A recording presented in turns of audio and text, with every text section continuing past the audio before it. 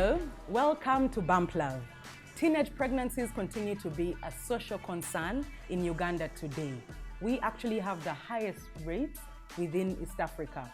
According to the last documented survey that was done, the last demographic and health survey that was done, 25% of girls aged between 15 and 19 were pregnant or had actually had a baby.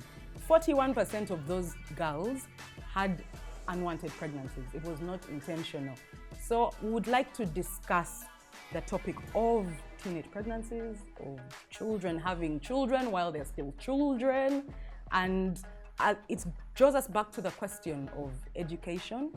And I remember my first interaction with the topic of pregnancy and womanhood and the works was, I don't know if you guys remember the African movie, Consequences, Rita and Richard. For me, that was like, oh my goodness. Even now, I still get chills. Rita dropped out of school. She had nowhere to put the baby. She was doing very well in class and she was just about to graduate and boom, she gets pregnant, has to drop out. Richard continues with his life like nothing has happened. And that was, I think, in my primary 6.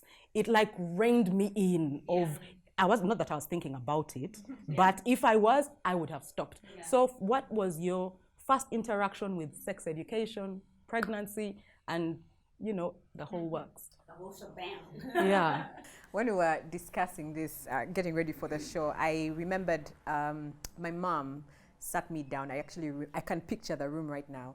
She called me in and she said, I need to talk to you about something. And she had 2 envelopes with her. One was open, the other one was sealed.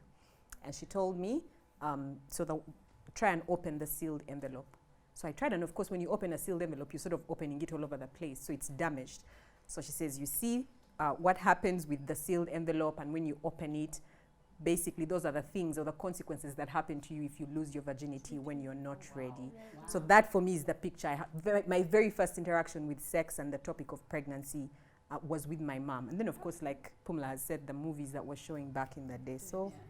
Yeah, I think I probably was in secondary or just about to get into secondary school. But your life was so protected. Like, yes, it was. Like for me, I was in Kitante.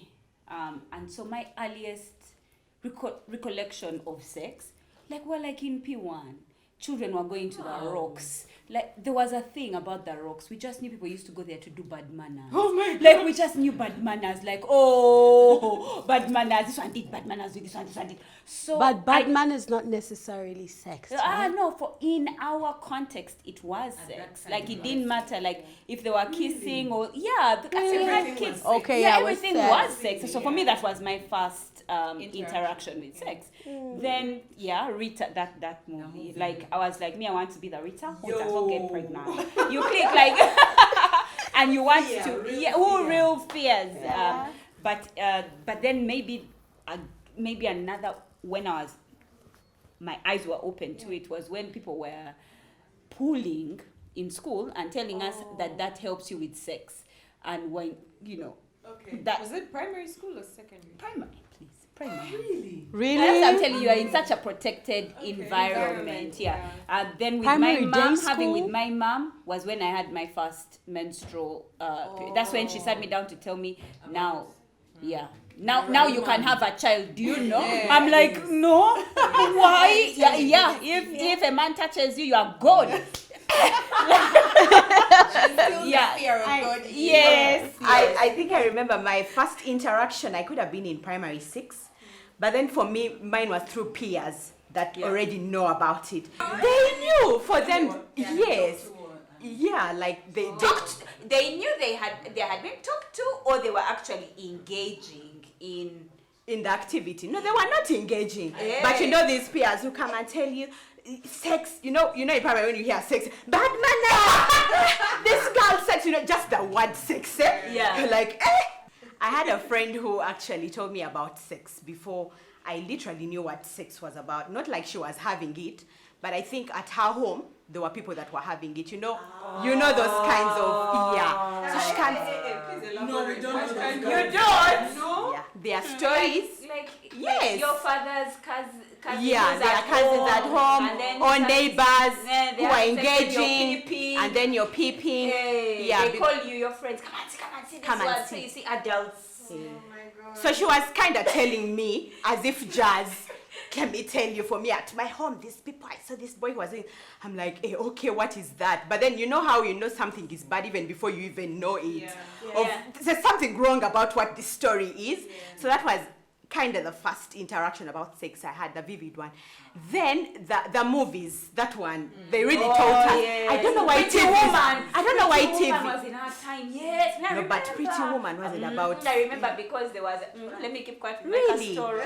But consequences, honestly, that thing educated us a lot. Even before our mothers could come and tell us anything. Because when my mom would just be, I don't want to see you around boys. Not that she's saying the sex or anything that can happen. I just don't want to see her around. But what if I'm just jazzing with a boy? Will it be sex? So she told me when I was in secondary school, and I already knew about sex. Because then we were educated with, the TVs and all that. But yeah, there are children having sex, and as parents, we need to watch. Angie. Interaction. Yes. The whole, I know. I'm also still scarred by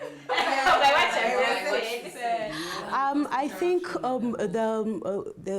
the first interaction you have with sex will govern the way you look at it for a long period in time. I think the children nowadays are better prepared for it. In our days, it was bad manners, right? Now, the Asantes at her age, when she sees me buy maybe a douche or pessary, she's like, Mama, do you have an infection? So already they know that this unit does this, and but in our days it was the flower, it was called the choo-choo. So what was your experience? Like, when was your first? Angie, I know you had children younger than the rest of us, right? And I wanted to know if this has anything to do with, interaction, tying it down with how you viewed everything to do with. Yes, that's what I was trying to say, that if you're better introduced to something, you know what is happening, rather than creating these images and stories in the air, then you understand it better. But that's why we remember consequence, because it was real life, you're going to school and everything. With regards to the knowledge of sex at a young age, yes, I did have sex at a young age, and it wasn't because I was having lots of sex. It was just one of those things where you are so sheltered. You understand? Because I didn't have a boyfriend. My parents never talked to me about such things because I was a tomboy. I was all over the place. We just kind of knew that, you don't do that. But then when I got pregnant and asked, my friends were all like, "You want on the pill?" And I was like, "What?" I thought the first thing they would ask me is that, "You've had sex." But it was like, "You aren't on the pill." the obvious question, right? Yes. So that kind of threw me, in the sense that those of us who actually had children at that age doesn't mean we were naughty or bad. We might sometimes not have been properly informed, and thank heavens for that. Otherwise, my babies wouldn't be here today. And so there's so many risks involved, risks associated with the young pregnancies, particularly teenage pregnancies. And I'll draw the biggest for me is about education. For girls especially, you drop out of school. Education is important. So you lose you lose twofold. Sorry to stop you, to cut you short there, but that was then. Yeah, that was then. You get what I mean? It still happens now. So this is what I mean. Today, they continue with school, but you lose a year. You lose time. Any time lost in education is time lost, and that's it. You deliver 1 year less of the person you were supposed to be. It's okay, you'll catch up, but you're still taking time. And I agree that today is not yesterday. Girls go on with school, and that's amazing, but you still lose time, one. And then if we look at let's look at biology, really. Your body is not physically ready to hold a child. There are risks associated both with the pregnancy and the birth. You're at high risk of preterm birth. You're at high risk of there's rupture. You know how you're high risk of many things. I actually read that you match your higher risk of having hypertension as a young mother, your body is not physically ready. Yeah, I think for me, the thing that comes to mind, again, growing up in a very conservative environment, I grew up in the church. And I think what stood out for me the most with teenage pregnancies is the shame and the embarrassment that comes with it. You're basically doing something that you're not supposed to be doing. You're engaging in adult activity as a child. You know, your peers are getting to know each other. They are playing around. They are discovering new things. They are in school. And here you are engaging in adult things like, you know, taking care of a child, of another child when you're a child yourself. Yeah. Speaking of that, I have a cousin, someone I know, that got pregnant at about 14. She would pee on bed, sleep with her child, they both pee. Like she was not emotionally ready for this. It was too much for her. You know, everybody's peeing on the bed. everybody's peeing on the bed, like you're both children. You know, Like in a nutshell. It's sad. And then stuff like, you know, these are children that drop their kids in toilets at the dustbins. Yes. I had a maid who literally wanted to just dump the baby where she had given birth from and come back. And how? What do you mean? Like she had been pregnant, but we didn't know. You know those pregnancies that never show. I However, know, she had lightened up. Yeah. Yes, she had kind of lightened up. Yes. They don't show. My God. Maybe because you're not looking. You know, the thing is, as looking, all I would see is that ripe face. You know that ripe face? Yeah, I'm like, but that guy is ripe. Why is she this ripe? So she looked ripe. Immediately she noticed we had kind of recognized that she was pregnant. She ran away because she needed her job. She just ran to the clinic next. Like I think she was left with a few weeks, like precisely 3 weeks. When she gave birth in that nearby hospital, someone just came running to us. You guys, there's a person that used to stay here. She's here. When we went to look for her, it's actually my boo that went to look for her, like in the register. We're looking for what's this girl's name? Where is Mary? Never to know the name. Okay, let me look through. She has had a baby in this hospital. When we find the name, she had given which name? She was Sandra. She had given a wrong name. So she had one. She's just thinking, or like she had put another name. Yes. So these are instances of she will have the baby, just wrap her up, put her in a corner and run back. And come back to work. And come back to work. At the end of the day, we didn't know she was pregnant. She'll be like, Naga had just go. We just called her mom and told her, you know what, come and pick your child. But you know, in a certain I don't know whether it's hindsight or anything, but I kind of respect this girl because almost like what she said. After you've had the baby, everyone's like, but you mean you are not on a pill? Or like, where were condoms? Like we're all using. So they're actually having sex. Like even when we sit down and think about when was your first experience of sex, many people, it wasn't when they were supposed to, you know what I mean? Yeah. So I kind of respect this girl. Yeah, you all remember. You're like,